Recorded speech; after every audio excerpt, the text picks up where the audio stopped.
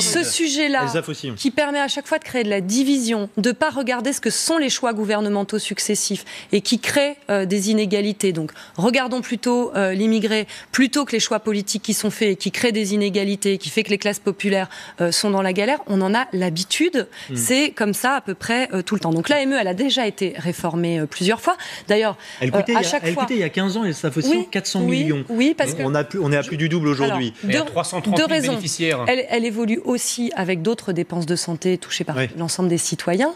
D'abord parce qu'il y a de l'éloignement de soins, il y a de l'accès aux soins qui est réduit. C'est vrai pour les immigrés, comme c'est vrai pour ceux qui ont des papiers comme des papiers pas les immigrés, français. Les clandestins. C'est pas pareil. Non, des gens qui attendent d'être régularisés. Il y a aussi des gens qui attendent d'être régularisés.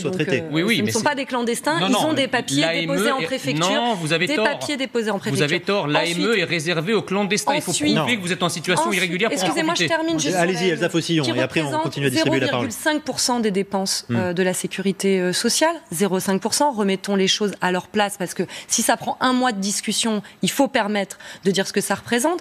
C'est un non-sens qui vise à la supprimer pour des raisons sanitaires, des raisons de santé publique. Vraiment, c'est un non-sens, c'est une mise en danger de l'ensemble de la population, toutes les personnes concernées. Et il y a des bénéficiaires en moins déjà. Depuis 2005, il y a eu une réduction des bénéficiaires de la AME qui conduit à ce que des gens se retrouvent dans des situations sanitaires en n'ayant pas accès à des soins de base et qui donc ont des maladies plus graves. Vous vous rendez compte Arnaud Viala n'a pas pris la parole et Olga Giverny, je vous donne la parole ensuite. Ça veut dire juste que vous êtes en train de dire qu'en fait les immigrés, enfin les clandestins sont porteurs de maladies, etc. qu'il faut soigner ici en France. C'est ça. En fait, le problème, c'est pas l'AME. Le problème, c'est qu'on est 330 000 clandestins sur notre territoire. Ce sont des gens qui sont en situation irrégulière. C'est pas tout à fait des clandestins. Mais si, des personnes qui sont en situation irrégulière, ce sont des clandestins. Arnaud Viala. Franchement, vous confondez.